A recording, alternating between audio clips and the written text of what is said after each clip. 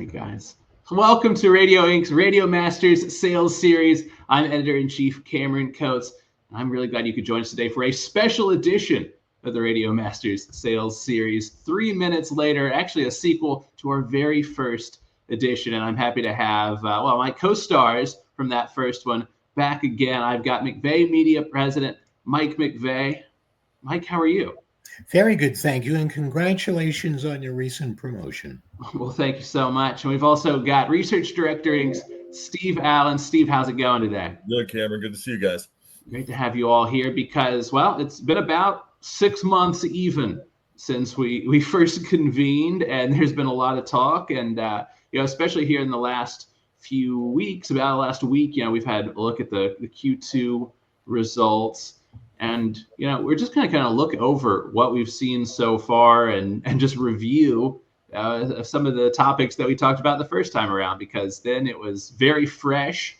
There was a lot of speculation. I think now we have a little more facts to see how this thing is actually going, how this grand experiment. And I know, Steve, you all with Research Director Inc. have been doing a lot of digging into some of the facts.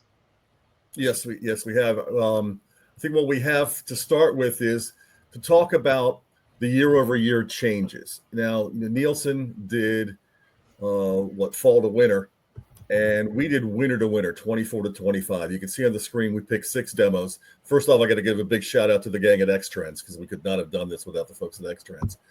But if you look at the screen, you'll see that in every demo, I'm going to focus on the upper left quadrant there, that the change in PUM is somewhere between 13 and 15% roughly. It's all being driven by time spent listening, or AWTE, and it's not the gargantuan numbers that we expected from the 3-minute rule. Now, it's up. It's as good for radio. We're capturing more real radio listening that has always been there, but the percentages are modest. And again, this is for 48 of the 49 markets. Your mileage will definitely vary. When we do our ratings roundup every month, the difference in PUM levels and demos from market to market is dramatic. But this is what of the 48 of the 49 PPM markets, this is what you see as far as increased PUM in our average persons and time spent listening from 24 to 25. And I know that, we'll kind of get into it, but the weekend and night numbers are looking pretty good. Yeah. They're looking very good. I think they've been one of the biggest beneficiaries overall. Well, I always felt, and we see this with our client stations, I think weekends are sometimes undervalued from a programming and probably sales point of view. I mean, if we're such an in-car medium, what are people doing on the weekends? They're driving around running errands. So, I think we've been victims over the years of, the national buyers and ad agencies only care about Monday through Friday, 6 a to 7 p.m. And I know when I was a corporate programmer, that's how I was judged on those ratings.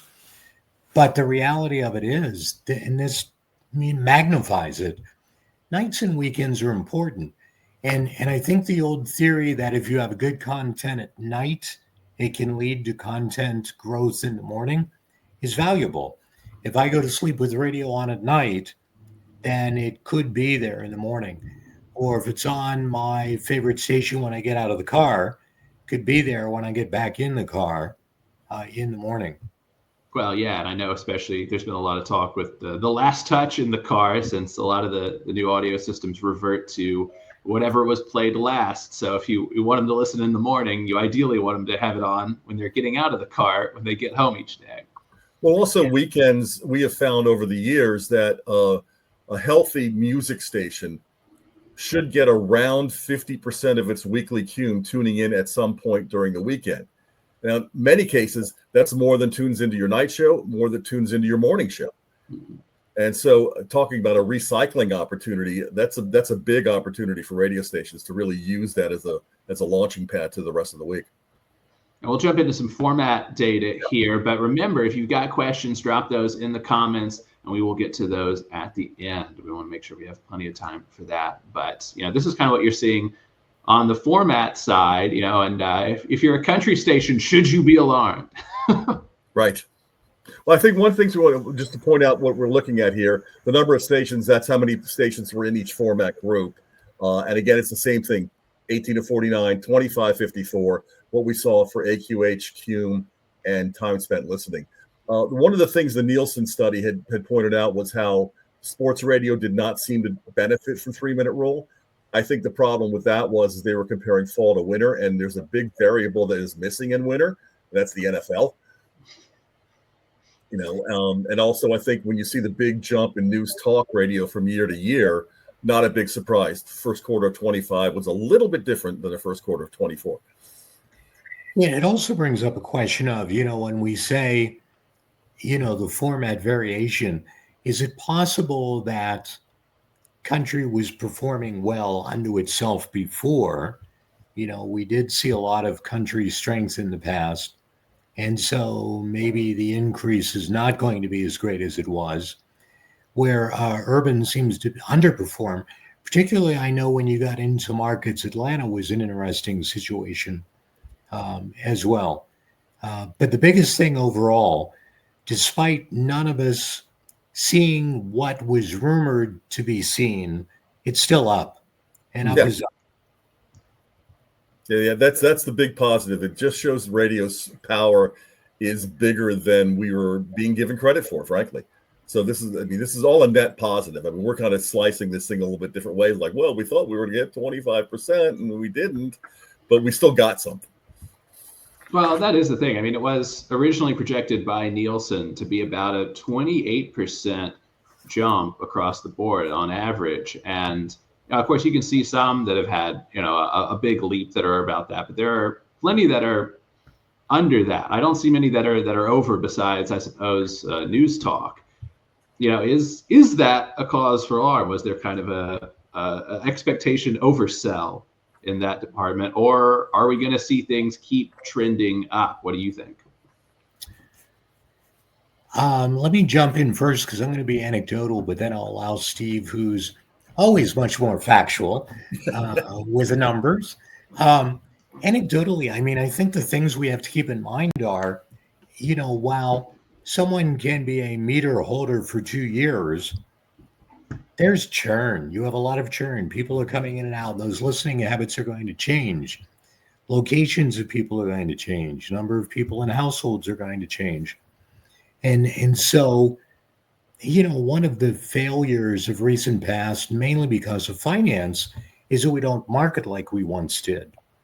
And marketing is really critical, regardless of 3 minutes or 5 minutes. Yeah. But those 3 individual minutes, with that churn and the fluidity of meter holders, you need to be out there. You need to be marketing. You need to be everywhere and be seen everywhere. And that might be being somewhere in person, or using all the many marketing tactics that are available to us. That's kind of my anecdotal approach. I love that we've gone to 3 minutes, just simply because we know what digital has and what they show, and that 5 seconds, 7 seconds, 11 seconds. I was in a conversation yesterday where we were all talking about none of us really know how long you have to listen. You'll hear 1 second, but this is closer to how people are using media because they jump all over the place. Mm-hmm.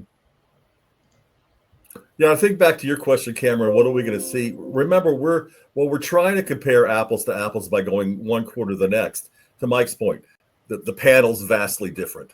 We know that panel churns roughly around 8% a month. Every market varies. You can see that in your ebook, but it does change every month. Situations are different in a market. I mean, a great example, I think one of the early things was Philadelphia had such a huge rise in year over year. Well, the Eagles won the Super Bowl. And so that's going to be a different mindset. The same way if you look at summer, it's how bad is your summer? So it's as close as we can get. So for me to predict that we're going to see continued growth, I don't think so. I think this is our trajectory. We're going to spend the rest of 2025 seeing whatever percent increases are in each market for whatever demo. And then when 26 comes around, it's going to be the new normal. So I know, of course, it is still up. That is the good news here. Yes. And it is looking good. And I don't think anyone's complaining about it, which is the best part. No. But one of the hot questions right now, and this is something that I know Pierre Bouvard wrote about last week in his Audio Active Group blog, is that, one of the big questions that were going into this, is this going to affect where the stop sets go, how long the stop sets are, how many ads are in the stop sets? I mean, what are you all seeing in that regard now that we're starting to see some results? What are your thoughts? I think there's a theory versus reality, right? And so, when we first started talking about this, before Nielsen enacted it, I wrote in Radio Inc. that it's an opportunity to think about it, take a station and try it. My concern is as follows. When we have spent the last 15 or so years with long stop sets, those people that punch out might still punch out. You almost have to come on and say, we'll be back in 3 minutes.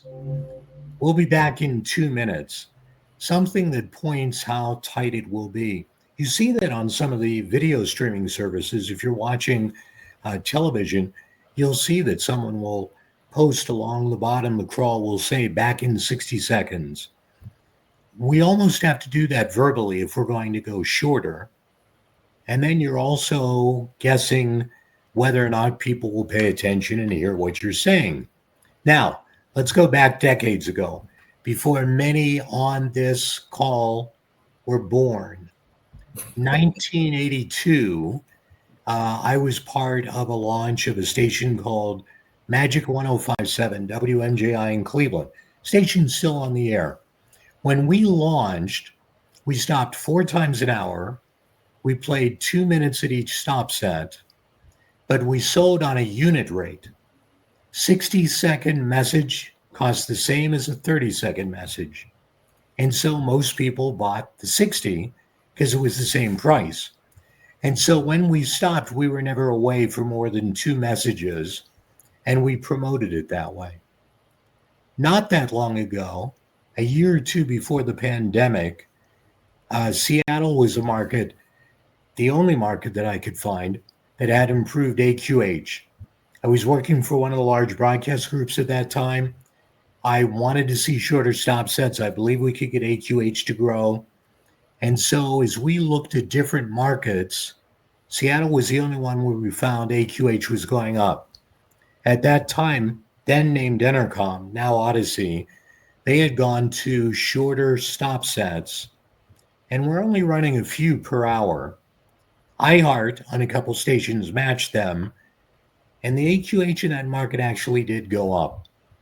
And so if we could discipline ourselves to run shorter stop sets and have fewer of them, then I think you might find AQH continue to grow. But we stop now twice an hour, and a 6-minute stop set could be 12 units, could be 15 units, exceptionally long stop sets. So the concern I have is if we stop 4 times an hour and listeners still hear 6 units, I don't think you get better time spent listening, because the research I've seen, and I defer to you, Steve, as a researcher, people seem to count units, not minutes. Yeah, they always seem longer. The more interruptions you have, the longer it seems to be. I mean, to your point, Mike, too, if you watch SportsCenter, they always put a thing at the bottom of the screen, top 10 plays up in 4 minutes, and it counts it down. I think you're right, though, that if we do go that way, and I'd love to hear any evidence that somebody has done that, we have to promote the heck out of it, because we have trained radio listeners to expect a long string of commercials. Well, I think teasing with incentive to listen becomes really important, rather than just saying, up next, an artist who you hear 5 times a day or more. What's the incentive to listen? Yeah, Taylor Swift, sure. That might be the exception.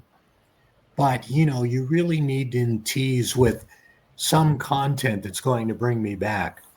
And I think the air talent who shows up, who has, printed out or on their iPad has the most topical things of the day that you can find anywhere on your phone, they better be really, really good things, and they better have a different twist to them, because all of that content is right here on my phone right now. And so I think the onus is on personalities to have better content, to be really efficient at how they present that content, and to tease in a way that makes me want to sit through that stop set so that I hear what's on the other side of it. Yeah.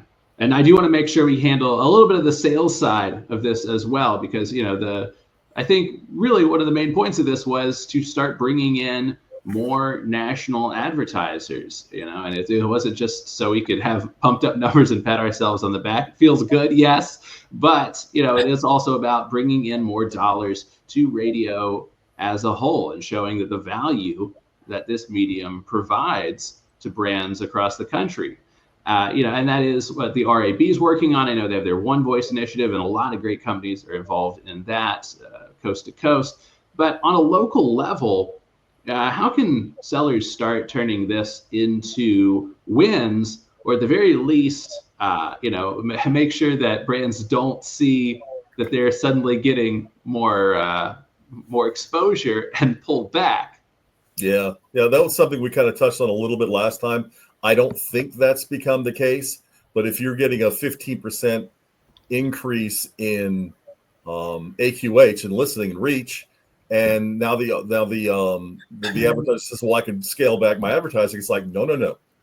You were spending that and getting this and just didn't know it. It was really value added for a very long time. So you must at the very least maintain your levels if you want to continue to have the success you've been having. Look, I'm a programming guy, so I can throw this kind of stuff out there and salespeople can make faces at me. But I mean, it seems to me with all this value added we've been giving advertisers, maybe that takes pressure off of all the extra things we have to put on radio stations, like studio sponsorships and this and that and the other thing that tends to just add to the clutter. I will tell you and again, I'm a programmer, but I've carried a sales list and I've been a general manager in 2 different markets, and I've owned radio stations. And the numbers that matter the most are the number of cars I help a car dealer sell, Right. The number of refrigerators that are sold, the number of people who sign up for that attorney, the number of people who pack that restaurant at lunch and dinner time. And I think that's where the local sellers being there on the street, showing that you have a big audience is positive. But I come back to, it's also about the air talent and the selling they do to move those products for the advertisers. The numbers themselves are up. Right. We don't really know how we compare to a year ago. Nielsen has all that information. I'm sure it would be ridiculously time consuming, but if they were to go back and apply the formula that we're now using to where we were a year ago, then you could look at June to June and know that that's 3 minutes to 3 minutes. And I think that would be beneficial, I know, to programmers, but I think perhaps as sellers too, because they could see then, are you really truly up? And they obviously looked at it because they spent a lot of time preparing for this to make sure it worked. In this way, it's different than Voltaire, right? When Voltaire happened, we didn't know what was going to happen. We all anticipated it would go up, but we didn't really know when Voltaire happened or when Nielsen delivered their encoding system, the enhancement, how much it would go up. And by the way, that rise was 1 year. It didn't keep going up year after year after year because you just go up year over year once, but there was a bump. And so we're not really sure what this bump is at this moment. Does that make sense what I'm saying? That I, as a programmer, would love to see, apples to apples from the last year? I mean, I think that would give you a clearer picture of what the actual data is. I mean, really, if you wanted to see the difference, they would do a side by side right now of okay, June 2025, here's what it looked under 5 minutes. Here's what June 2025 looks like under 3 minutes. So you can really see the difference. They're not going to do that. And there's probably no reason for them to do that. But from a sales side, again, because we're up as an industry, because we are now recording more listening that was always there. I'm going to emphasize that part of it. It just again shows the power of radio as an advertising medium. We reach more people than you thought we did. And to your point, Mike, yeah, I got to be selling refrigerators and cars and all that kind of stuff. But I'm assuming the people that have been staying with you are not doing it to be nice. They're doing it because it's been working. Now we're just showing them, hey, look, you're getting more than you thought. I mean, this is definitely, extend your commitment. Maybe just if it doesn't get us more revenue, it keeps us from losing revenue, right? It keeps advertisers from drifting off to the great mythical digital realm. Where the big benefit could be is if nationally, where someone says, I buy the top 2 stations, or I buy the top 3 stations, or I buy the top 2 stations in a particular format. And so if someone is taking advantage of the 3-minute rule, and they're doing those things we've talked about, teasing better and teasing more efficiently and effectively, making sure they've got big, strong content, be it spoken word or music, those things could be magnified and theoretically should be magnified. And that would be another slice of the pie that would be interesting, right? As you look at the chart you showed earlier, what formats gained from that 3-minute, the change from 5 to 3 minutes, that would be interesting to analyze the top tier of those stations versus the bottom tier. And that is a good point, because it feels like this is a good opportunity to maybe wean some folks off the value added, which I know is a dreaded nemesis to many a seller out there. Especially with nights and weekends, seeing good performance and good gains from this, like we were hoping. And even maybe kind of, Mike, to what you were saying, I think at this point, most clusters have a semi-unloved HD2 or HD3 that's on a translator that, they tack on to all the other deals. If those numbers are perking up, you hopefully sell that of its own accord. Well, that's back to Mike's point of, if you've got a 7-station cluster, they're not all top 5, obviously, right? Right. Every cluster's got a dog. Why not do what Mike's saying? 4 minutes, cut it to 8, 4 stop sets, 2 minutes a break. I mean, obviously you have to have some entertainment value that makes people want to tune in, but it would be interesting to see if even at that level, if that kind of change did have an effect. It's not going to launch into the top 3, but if all of a sudden they go from being a 3 share to a 3-6 share or whatever, that's something. Yeah, there has to be some audience there to begin with, as you said, right, Steve. I mean, I tried that experiment after I saw the Seattle AQH growth. I was able to convince the people that I worked for to give me a station that we could try that, but the QM was just too low. We saw minimal AQH growth. The station wasn't the right station to have tried that on, in my opinion. But having said that, there are tactics with the 3 minutes we should all take advantage of. And it's not just teasing more effectively, but it's talking about what things are coming up in the same time the next day. We know that people listen in slots. If I get up at 7 o'clock and I'm listening to the radio from 7 to 7:30 while I get ready, and then I'm listening from 7:45 to 8:30 while I drive to work, benchmarks that happen in that window create habitual listening. But likewise, if I'm going to give away a prize at 7:15 the next day, then I should be promoting in that same slot that I'm listening, as well as other times during the day. But you want to be saying, hey, if you're listening tomorrow at this exact same time, here's what's going to happen. It's tough to get people to make appointments that are that far away, so the prize or event has to be big enough. But if you're a sports station and you're going to interview the star quarterback for your community the next day at that time, people will remember and make note that they want to do it. And so I think that's a tactic that works. I also think with the 3 minutes and remembering it's 3 individual minutes, anything you can do to identify your station over and over in a natural way, not talking about open the microphone and say the name or frequency, although there's nothing wrong with that. But the more ways you can identify your station in a natural way, I remember where I come back to the next day. PPM gets it. I understand you're not asking somebody to write it down, but you do want me to remember where I listened so I come back the next day or later that day. I think what we're seeing with the 3 minute, we're seeing the what, right? What has changed. We're not necessarily seeing the why. And as far as why people listen in smaller increments and bounce around. Now, there is a thing you could do, and I'm going to preface this by saying never, ever in PPM markets play to the meters. Please don't play to the meters, because that big meter goes away tomorrow, or your biggest P1 hasn't come in yet. But using the analysis tool and some of the reports we have, you can get to a granular level, and you can actually see tune-ins and tune-outs. And if you really, really want to get into the weeds, you could actually plot out any patterns there. That is beyond a deep dive. That is a James Cameron dive into the Marianas Trench kind of thing. And I don't necessarily recommend it, but that's where you would really find out how radio listening is affected. Now, I say that all we're doing is finding out what people have already done. Right? They've been doing this for forever, and every station's different. Do they tune out for you because you have a long stop set? That hour, your noon hour is always really big. Why? Oh, we're commercial free. Well, there you go.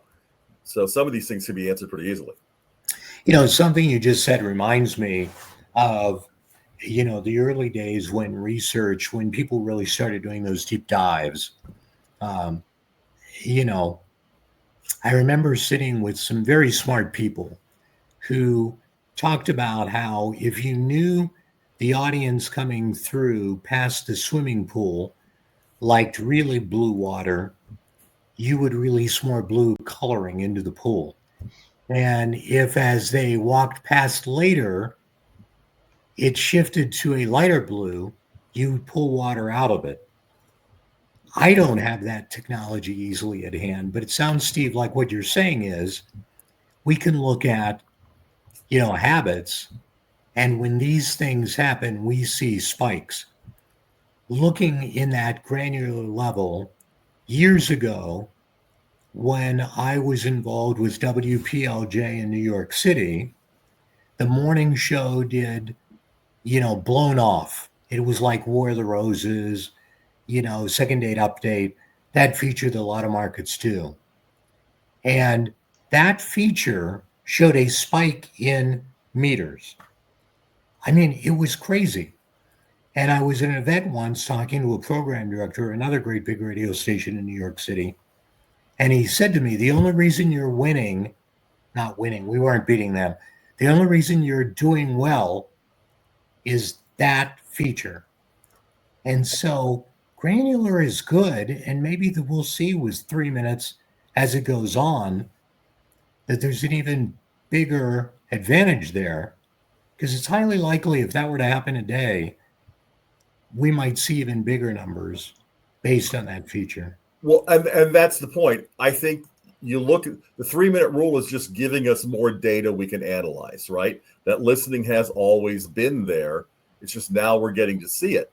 So every station's different. Every how you structured it, what your entertainment value is different. So diving into that data will give you a better picture of what you're doing right or wrong. And that go ahead. Karen. No, I was saying that's kind of what someone was asking. They're looking for granular information showing if stop sets are getting more listening in the 3 minute reports. And I know you've kind of dug in, Steve. Can you speak to that? Or I haven't really analyzed it at that level yet, but because I don't honestly, and maybe Mike knows, how many people have adjusted that. I certainly haven't seen anything in the industry press talking about that. Now, maybe that's proprietary and no one wants to reveal that we're now cutting our stop sets back. But you would think if someone was doing that for so far in 2025 and had huge rating spikes, they'd probably talk about it. Yeah, I've not seen anything yet. I have both PPM and diary markets, and in the PPM markets, there's been conversation about it. One of the major market stations I work with shifted their stop sets, but not really because of the 3 minutes, but because there was a feeling that content could be better balanced in that hour.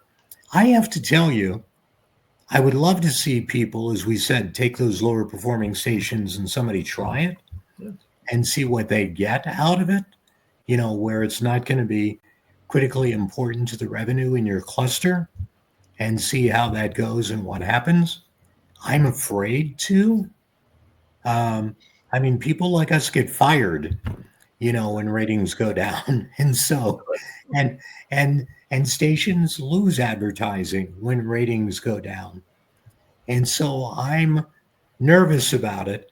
But the only reason is we've just spent a long time training people that when we stop, we go away, man. If you're a listener, you go away. The research I've seen says if a listener sits through 3 stop sets, they'll sit through the entire stop set.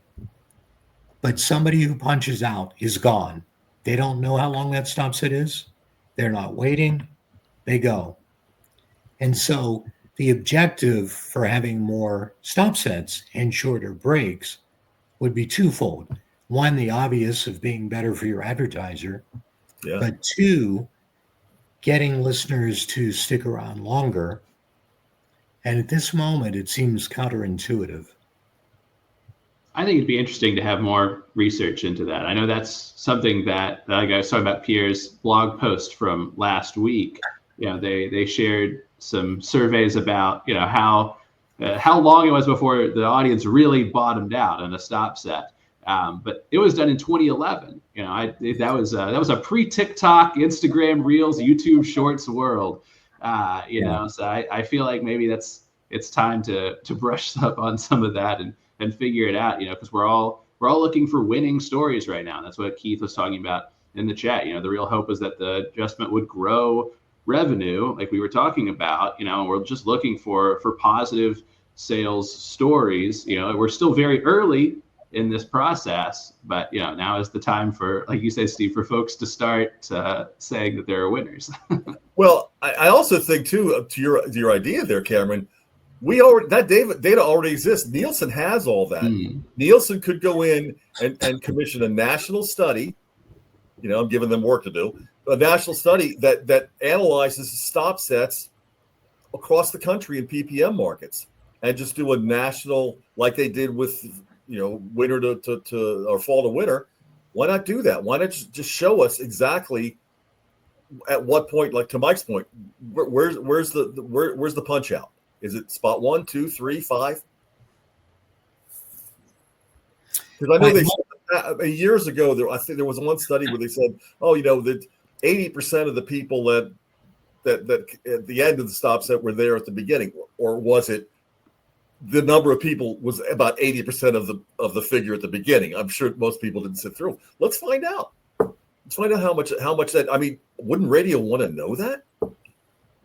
It's definitely something to follow. But I know we're over time here. We want to let people get back to their days. We appreciate everyone joining in with us. Steve, Mike, any last thoughts? I just want to say real quickly, we threw a bunch of charts up in front for everybody.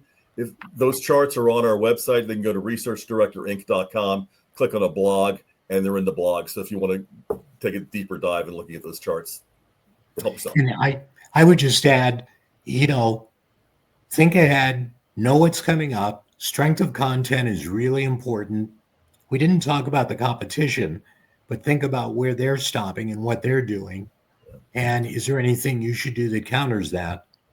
Teasing is critical. And don't just be Monday through Friday, 6A to 7P. People form opinions on what they hear on your stations in those night and fringe times. And we see it showing here in the 3-minute world that we're now living. Steve, Mike, thank you both so much. It's a lot of fun talking about this with you, and I'm sure there will be more ground to cover in the future. So we look forward to talking about that, but thank you both again. Thanks. Thank you. And of course, you can look forward to another Radio Masters Sales Series webinar coming up on the 20th with Paige Nienaber. We're talking Q4 promotions ideas. We know you need some good stuff to sell headed into the holidays. And of course, Paige is going to do that. It's going to be a lot of fun. Make sure you join us on the 20th back here on the Radio Inc. Instagram. You can find that on our page. Thank you so much for joining us for the Radio Masters Sales Series. We'll see you next time.